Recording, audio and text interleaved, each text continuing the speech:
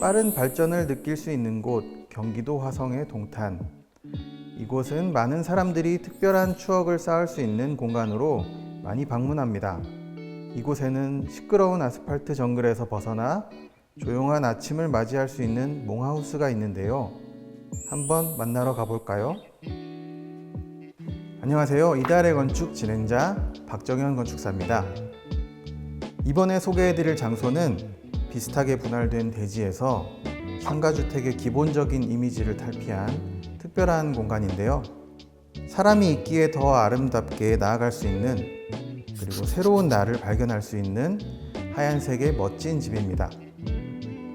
과연 어떤 곳일지 먼저 이달의 건축사를 모셔보도록 하겠습니다.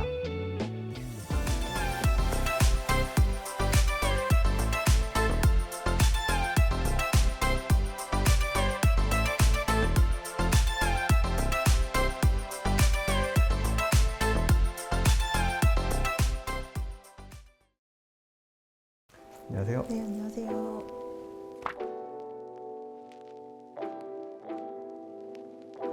먼저 프로필을 보면 건축사이면서 디자이너라고 되어 있는데 어떤 작업들을 하셨는지 소개해 주실 수 있을까요? 저는 주로 사무실을 오픈하기 전에 그 대형 프로젝트의 주거 평면 개발하는 일을 주로 했었고요.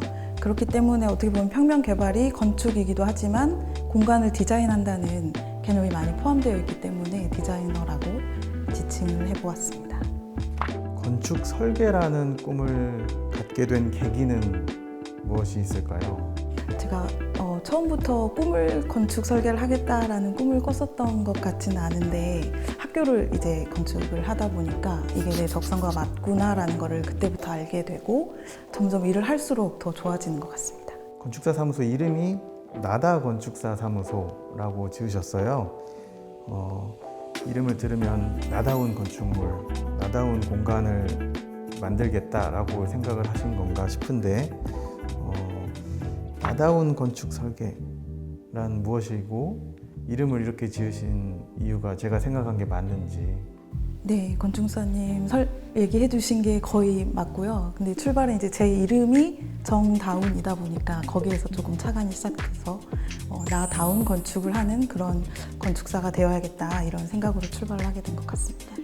지금 촬영 장소 주변을 봐도 되게 아름다운 디자이너의 소품이나 많은 책들이 쌓여져 있는 것을 볼 수가 있었는데요. 많은 취미를 가지고 계신 게 아닌가 싶습니다. 이렇게 가지고 계신 취미들에 대해서 이야기해 주실 수 있을까요? 네. 제가 다양한 분야에 관심이 좀 많아서 여러 가지 분야를 경험하는 것을 좋아하는데요. 책 같은 경우도 그렇고 소품 같은 경우도 그렇고 개인적으로 좋아함으로 해서 시작된 취미이지만 결국에는 일적으로 많은 도움을 주고 있는 것 같습니다. 이곳 몽하우스가 독립하시고 첫 번째 작업이라고 들었는데요.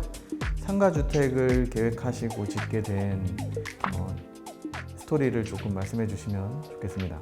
원래 어릴 때부터 단독주택에 대한 로망도 있었고 그래서 땅을 이제 물색하다가 조용하고 괜찮은 곳에 땅을 발견을 했는데 보니까 이곳은 상가주택 용지였더라고요. 그래서 이제 그때부터 어떻게 하면 상가주택이지만 로망이었던 전원주택의 그런 요소들을 담을 수 있을까 거기에서부터 시작됐던 것 같습니다. 건물 설명에 앞서서 몽하우스라는 이름이 재미있게 들렸거든요. 어떤 책의 내용에서 오마주를 한 것이라고 들었는데 이것에 대해서 이야기해 주실 수 있을까요? 네, 제가 이 건물을 설계할 당시에 읽고 있던 책의 제목이 몽카페였는데요.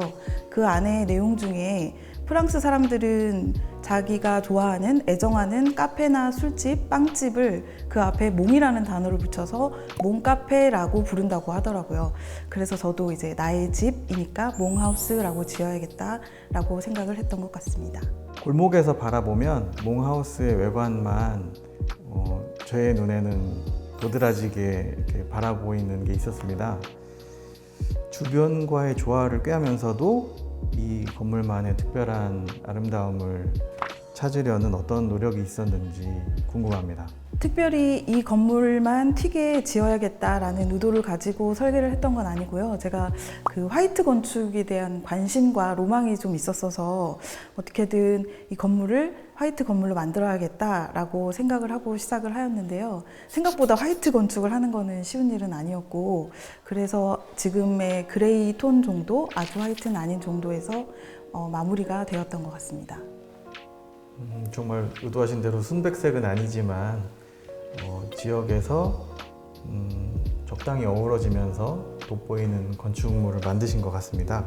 몽하우스가 상가주택인데 일반적인 꿈꾸셨던 전원주택과의 차이점이 있다면 어떤 게 있나요?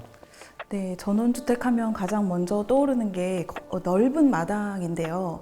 상가주택은 어쩔 수 없이 마당을 갖지 못한다는 점, 그리고 외부 공간을 많이 접하지 못한다는 점. 제가 아파트에 살다가 주택이 로망이어서 집을 짓게 됐는데 똑같이 짓는다면 아파트에 있는 것과 다르지 않겠구나 싶었고, 그렇다면 그 외부 공간을 내부로 어떻게 가져올 것인가에 대한 고민을 많이 했던 것 같습니다. 사전에 들었던 이야기 중에 집이란 건축사가 설계하고 손을 떠나면 건축주를 통해서 매일매일 새롭게 지어지는 집이다 라는 말씀을 하셨던 것 같은데 어떤 의미에서 이런 말씀을 해주신 건지. 네, 그 건물이라는 것이 공동주택, 그러니까 아파트도 그렇고 똑같이 지어져 있지만 그 안에 들어가서 사는 사람에 따라서 공간의 분위기나 느낌이 많이 달라지는 것을 경험을 했고요. 살아보니까 내 취향을 어떻게 담느냐에 따라서 공간은 건축가가 지었을 때보다 더 발전될 수도 있고 더 좋은 방향으로 자라날 수 있다, 이런 생각이 들었습니다. 설계하면서 특별히 신경 쓰셨던 부분, 그리고 저희가 살펴볼 수 있는 몽하우스만의 가장 특별한 건축적인 특징을 가진 부분이다, 이런 곳이 어디 있을지 설명해 주시면 좋겠습니다.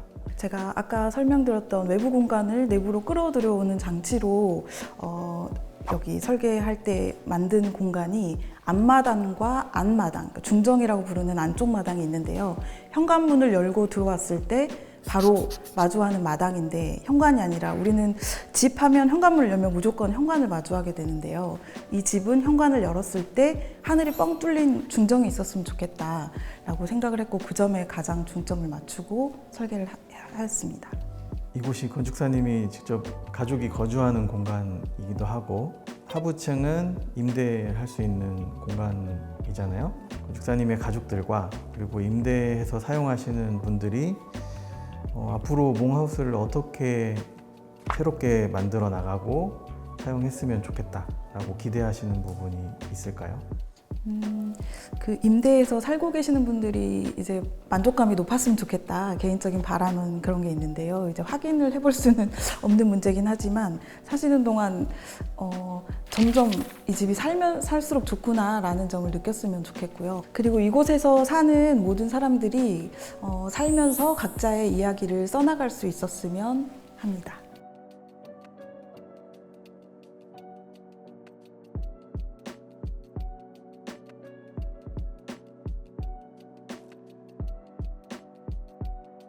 네, 건축사에게는 이 공간이라는 단어가 가지는 의미가 굉장히 중요하기도 하고 어려운 단어인데요.